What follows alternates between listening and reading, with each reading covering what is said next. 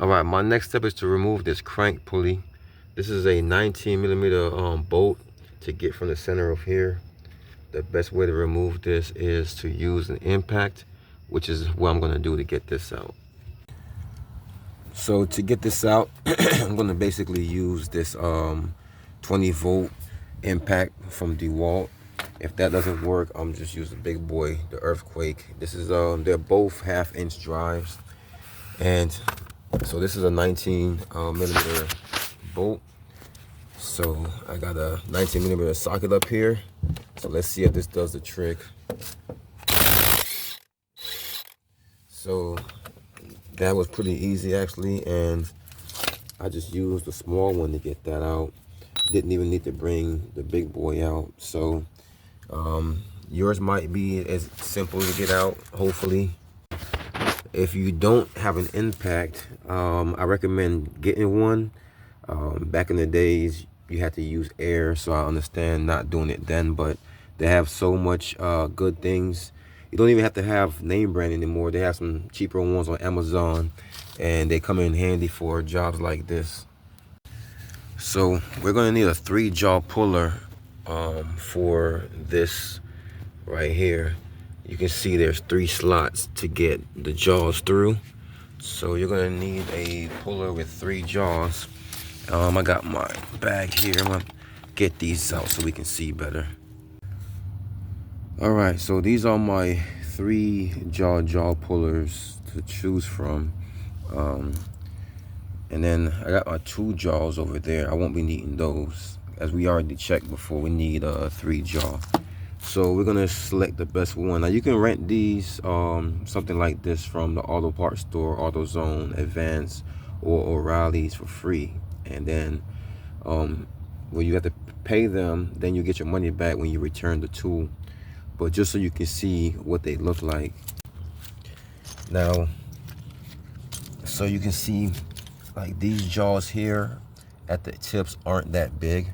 So this is the reason why I have so many different ones. So like this one here has a bigger landing here to grab, and even though it's bigger, this one here is smaller, and it also has a bigger landing area to grab, same as this one. So this one here might not be the best one to use, but it can get into tighter spaces. So this is the reason it's good to have a bunch of different pullers, because you never know, the space you need to get into and the type you will actually need. You should also be able to use a kit like this. You can rent one of these from the auto parts store as well. So either this or a 3-jaw puller should get the job done. So I'm going to use my longer bolt that I keep just for this. When you've been doing it as long as I have, you have a bunch of stuff that you keep around for things just like this. All right, so that's out. That's loose. I can go ahead and take this bolt out, and that should fall right off.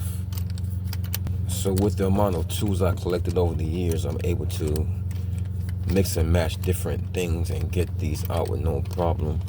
But you should be able to rent the tool from the auto parts store, and they should have everything that you would need to get this off. And now is a good time to inspect this to make sure everything is good before we reuse it. And so far everything on here looks pretty good. So what I'm gonna do is I'm gonna start to put the crank on as much as I can, and then I'll put the bolt on it, and as I start to tighten the bolt, it should pull this crank in.